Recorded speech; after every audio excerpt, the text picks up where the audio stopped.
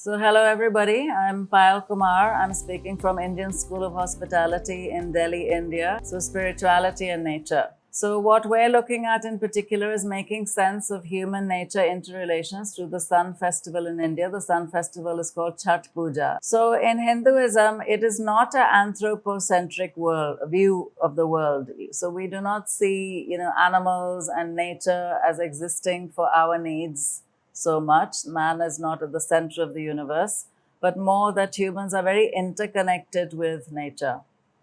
And it is a panentheism view of the world in which the divine is said to be present in all creation and yet, above all creation as well at the same time. So what is this sun festival about? It's called Chhath. It's held twice a year. It's largely celebrated in Bihar and Uttar Pradesh, two states of India in the east side, and it's also celebrated in Nepal. But people from Bihar and Uttar Pradesh who migrate to other states in India, they celebrate it in whichever state they are. So Chhath has become a very well-known festival all over India. I think if we have to worship anything or anyone, it's possibly the sun. Why? Because it's the primary source of energy on Earth. It controls the weather. It controls the ocean currents. It affects our mental well-being. There is something called a seasonal affective disorder. It is a type of depression which happens when you don't see enough sun. If you're in a very, cold climate, for example. So this particular worship, it's quite an arduous fasting, which takes a period over 4 days. There's just one slight time in between that you can eat. And also you have to actually immerse yourself in the river Ganges, which is regarded to be a very pure river, as you can see from this photograph. You have to immerse yourself in the river, and once you have to pray, when the sun is rising, and once you pray when the sun is actually setting.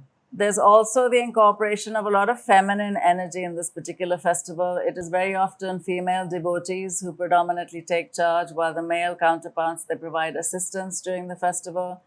And the person who's mainly taking part in that festival, which is called the Vratin, is considered the embodiment of the divine energy. So that person, usually a woman, is treated with tremendous respect over those 4 days. A lot of people from the neighborhood come, and in the final day when she gives out the prasad, holy offering, for everybody to eat, people come from all sorts of neighborhoods to take that. So when we talk about an ontology, what are we talking about? Hindu philosophy. We're talking of an absence of distinction between human beings and nature too.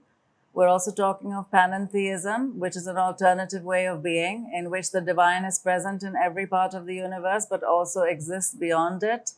And we're talking about interconnection between humans and nature in this particular celebration. So what is the relevance of Chhath festival? Nature provides us nourishment at the physical, emotional, and this festival shows that even at the spiritual level, it can nourish us.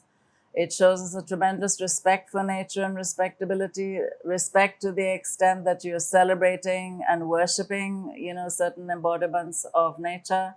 Teaches us gratitude for life force. A lot of research has shown that gratitude brings us happiness, contentment, the meaningfulness in life. And it's a relational ontology, which also shows us, the power of community-centric festivals or community-centric activities, say, for example, even in the workplace that one could take part in.